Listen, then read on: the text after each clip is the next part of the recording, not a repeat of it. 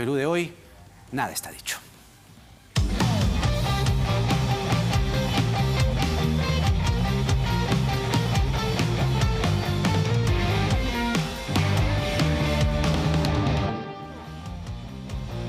Bueno, acá estamos de vuelta, ¿eh? Bienvenidos, bienvenidos.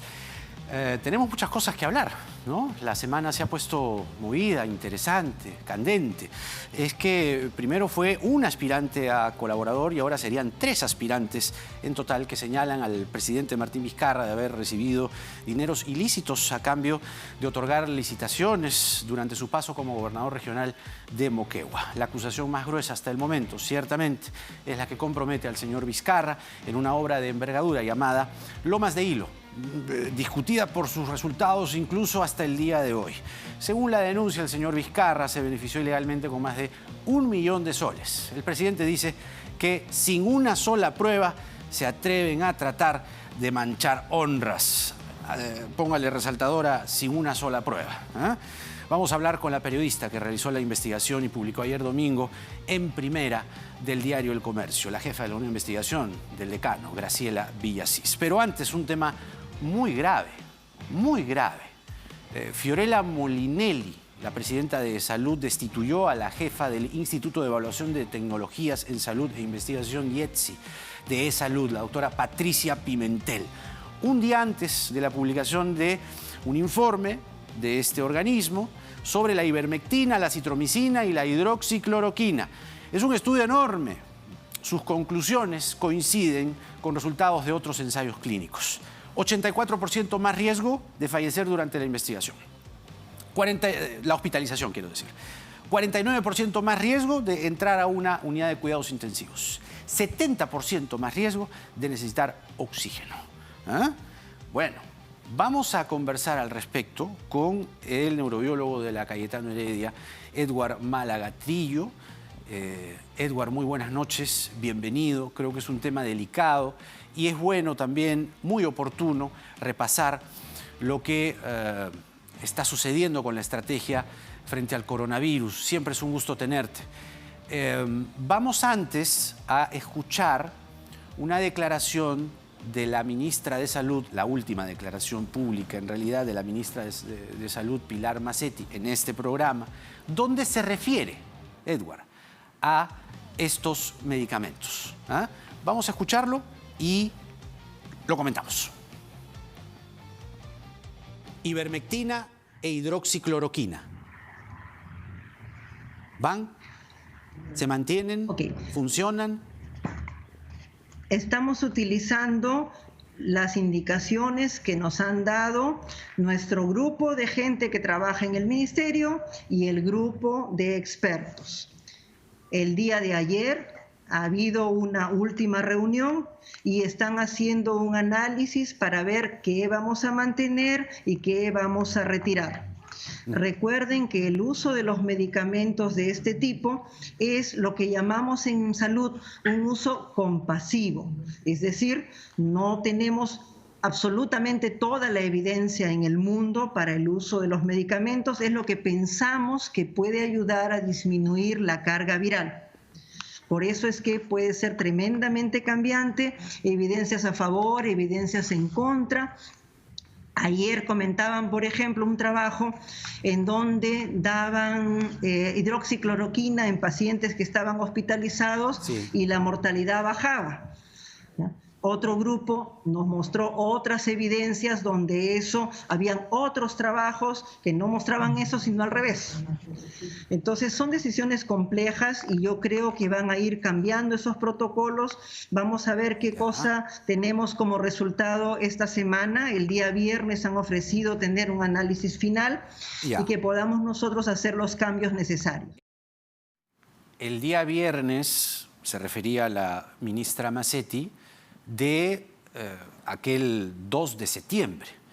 Ha corrido mucha agua debajo de este puente y lo que tenemos ahora es este hecho tan lamentable, la destitución, la salida firmada por la señora Molinelli de la jefa del Instituto de Evaluación de Tecnologías en Salud e Investigación. Edward, nuevamente bienvenido. ¿Cuál es el rigor que tú le otorgas a este estudio por las conclusiones a las que llega en primer lugar? Y en segundo lugar, ¿hay, si acaso, dentro de la ciencia, dentro de la medicina, voces discrepantes? Porque hay algunos médicos que señalan que estos medicamentos sí serían convenientes. ¿Cuál es tu opinión? Buenas noches, Jaime. Ante todo, un gusto estar nuevamente aquí. Gracias por la convocatoria. Pues te diré que, en mi opinión, no hay nada nuevo bajo el sol. Desde junio, ya los expertos a nivel mundial vienen recomendando que no se usen estas medicinas.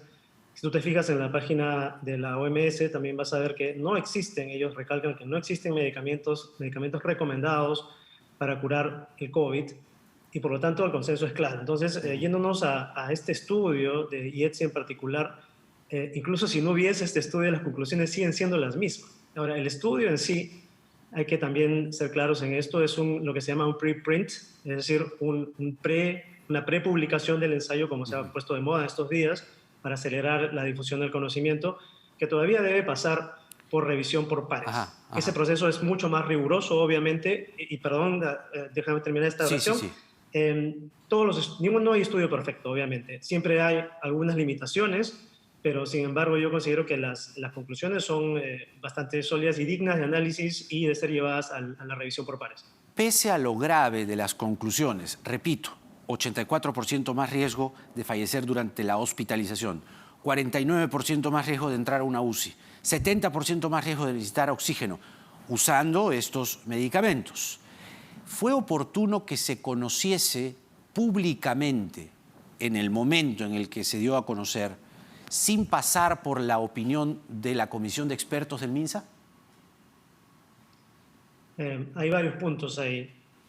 Definitivamente, al ser un preprint, ha debido ser manejado de otra manera, quizás. No debería ser la evidencia, pues, sobre la cual juzgamos actuaciones del gobierno o de diversas instituciones. No debe ser manejado con cierta cautela, contrastado con otros estudios y ver si cumple la rigurosidad que se espera. Así que este tema ha debido ser, yo creo, manejado de otra manera.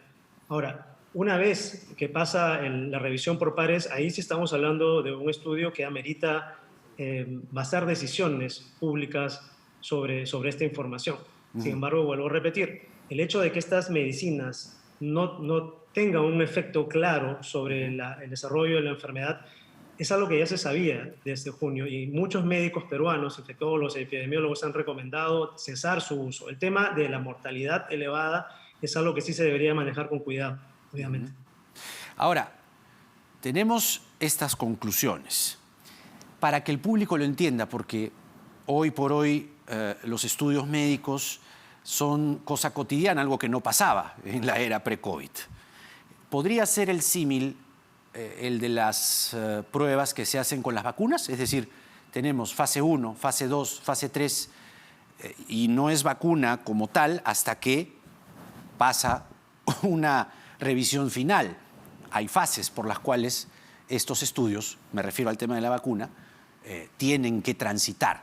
¿Es lo mismo en este caso? Es decir, ¿es lo mismo que, conocido el informe de la doctora Pimentel, debió, como parte del rigor clínico y científico, pasar por opiniones de expertos para recién darse a conocer?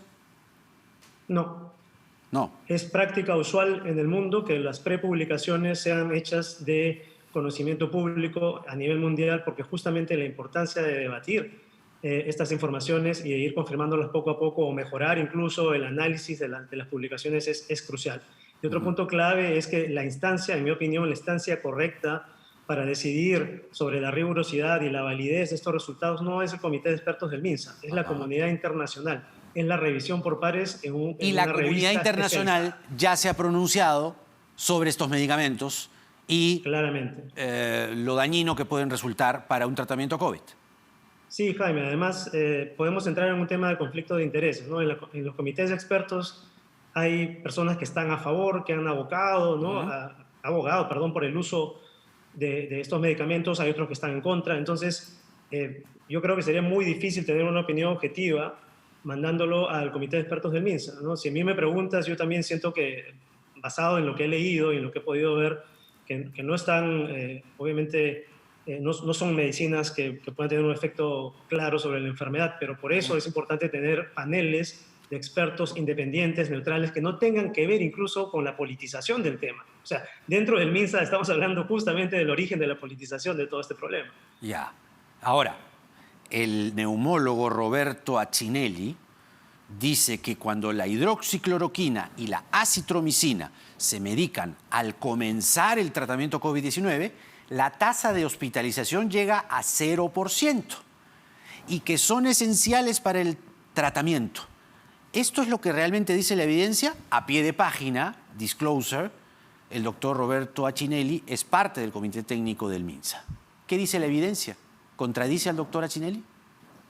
Bueno, lo que el doctor Accinelli menciona es una experiencia anecdótica, empírica, no está recogida en una publicación revisada por pares. Entonces es muy difícil comparar los estándares de investigación y cuando preguntas, las opiniones son que, bueno, la evidencia escrita, la evidencia publicada dice una cosa y la evidencia empírica dice otra, pero en la ciencia y digamos, en el tratamiento de estas informaciones, el consenso es claro, no se debe trabajar en base a información anecdótica. El que te parezca que una persona se recuperó o no, basado en tu experiencia como persona común y corriente, como médico que ha tratado 10 o 20 o 50 casos, no significa que este sea el efecto real, porque tienes una serie de consideraciones sistemáticas que tomar en cuenta cuando haces un estudio. Y esto lo han dicho colegas como el doctor Celis, como mi pariente Germán Málaga y otros reputados médicos, que necesitas un estudio randomizado, aleatorio, con ciertas normas, patrones de inclusión de los pacientes que vas a tomar en cuenta. Entonces, hay criterios que deben seguirse más allá de las impresiones. ¿Fue correcta para ti la forma de retirar a la doctora Pimentel justo después de conocerse este informe? Yo no sé qué otras razones podrían haber de por medio, pero me parece que el timing es un poco desafortunado, ¿no? Que coincida una cosa con la otra me parece un poco desafortunado y valdría la pena aclarar si es así o si no es así. Pero, a ver, yo he podido averiguar durante el día, consultando con fuentes cercanas, próximas a E-Salud, y lo que no señalan es que ya estaba en curso un relevo de la doctora Pimentel. De hecho, esas mismas fuentes nos refieren que incluso a otros expertos, incluso tú, fueron convocados para esta jefatura. ¿Eso es verdad? Sí, eso es cierto. Estamos hablando de hace por lo menos un par de meses. Por eso digo y por eso insisto en que a mí no me queda clara cuál es la relación entre este cambio y la publicación, que coinciden en el tiempo, pero alguien tendría que venir a decirlo, que no soy yo, cuál es la razón exacta de ese cambio. Ahora, vamos al fondo de la cuestión, porque lo que revela esto una vez más es que la estrategia para enfrentar al coronavirus no está en sintonía con lo que dice a velocidad de crucero la comunidad científica en el mundo.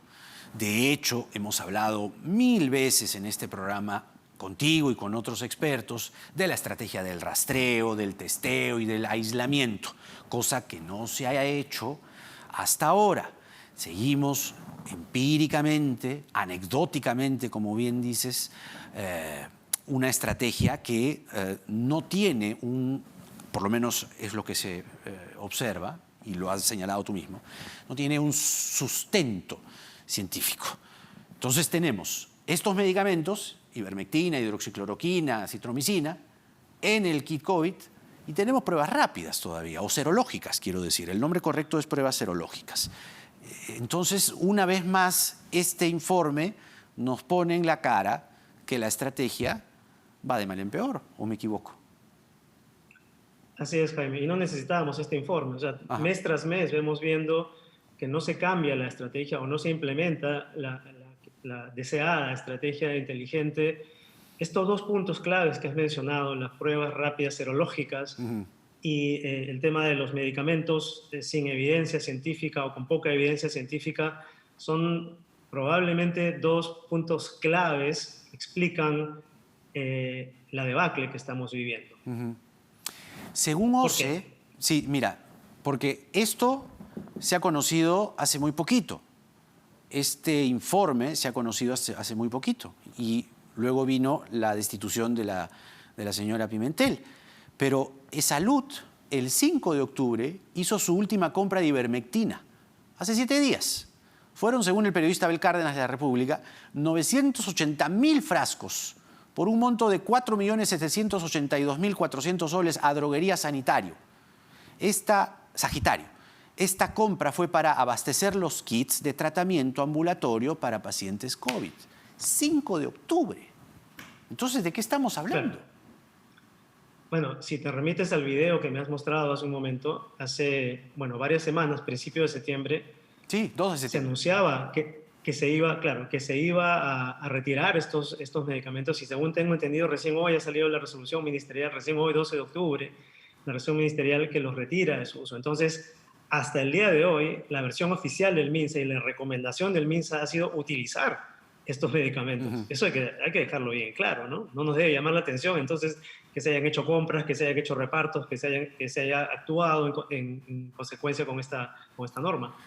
Pero hasta, digamos, parecería jalado de los pelos, ¿no? Casi mentecato, pero ¿hay data realmente, Edward, tú como integrante importante, notable, visible de la comunidad científica peruana, ¿hay evidencia, hay data que apoye el uso de ivermectina para casos COVID? No.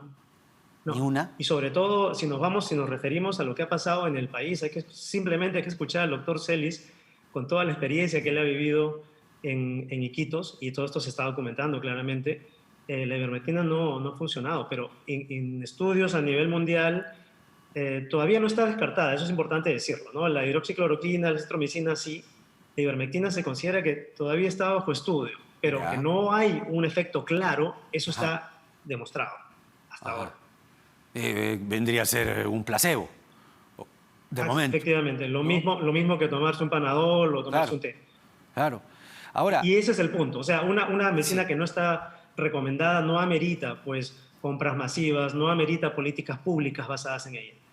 Entonces, ¿hay algún medicamento que se pueda usar como tratamiento COVID o no? No lo hay.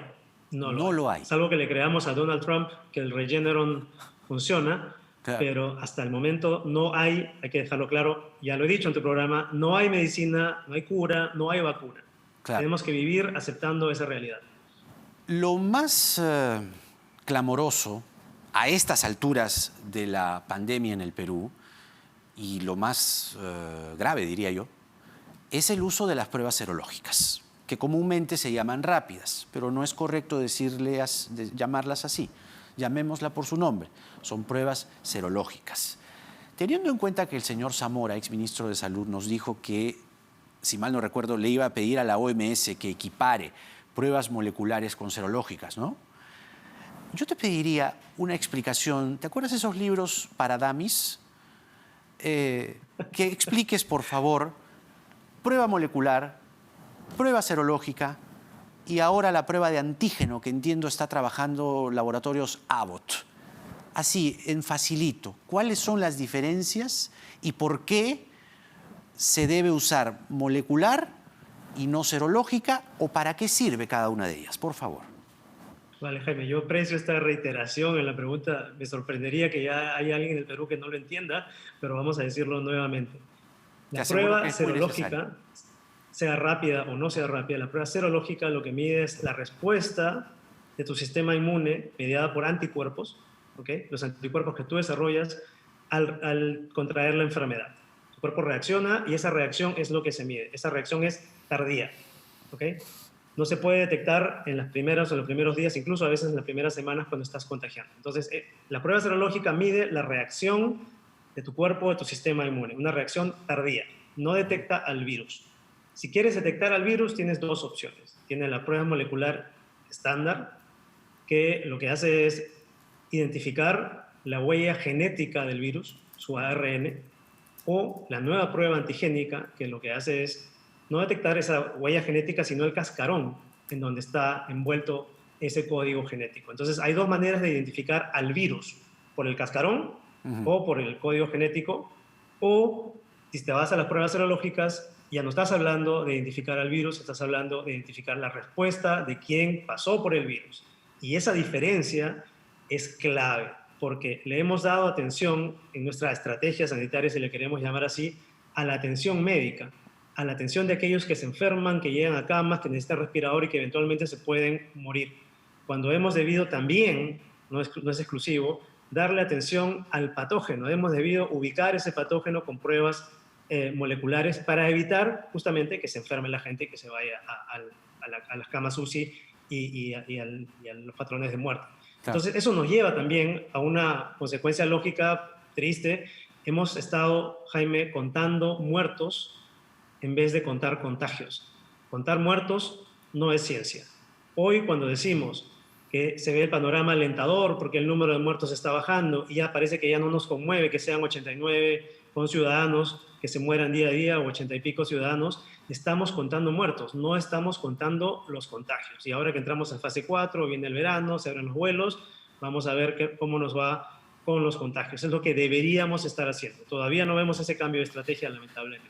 Bueno, Edward, como siempre, un gusto. Vamos a esperar la resolución del Ministerio de Salud, aunque según nuestras fuentes se estaría retirando a través de una resolución ministerial que tiene que publicarse normalmente en la web, ¿no? Se estarían retirando del tratamiento hospitalario, no ambulatorio, hospitalario, que es distinto, la hidroxicloroquina, la acitromicina y la ivermectina. ¿Ah? Los tres estarían siendo retirados porque no tienen, como bien has dicho esta noche, evidencia científica que respalde. Sí, si me permites, Jaime, una pequeña acotación. Una de las grandes lecciones es justamente, ojalá que de vista al nuevo gobierno, al 2021, que tenemos que prestarle atención a la ciencia. Yo te pido, por favor, que sigamos poniéndole énfasis a ese tema, porque eso explica muchas de las cosas que hemos vivido en la pandemia. Te agradezco. Por eso, justamente, estás aquí y has estado aquí, Edward. Muy buenas noches. Hasta la próxima. Buenas noches. Edward Málaga Trillo, investigador principal de la Universidad Cayetano Heredia.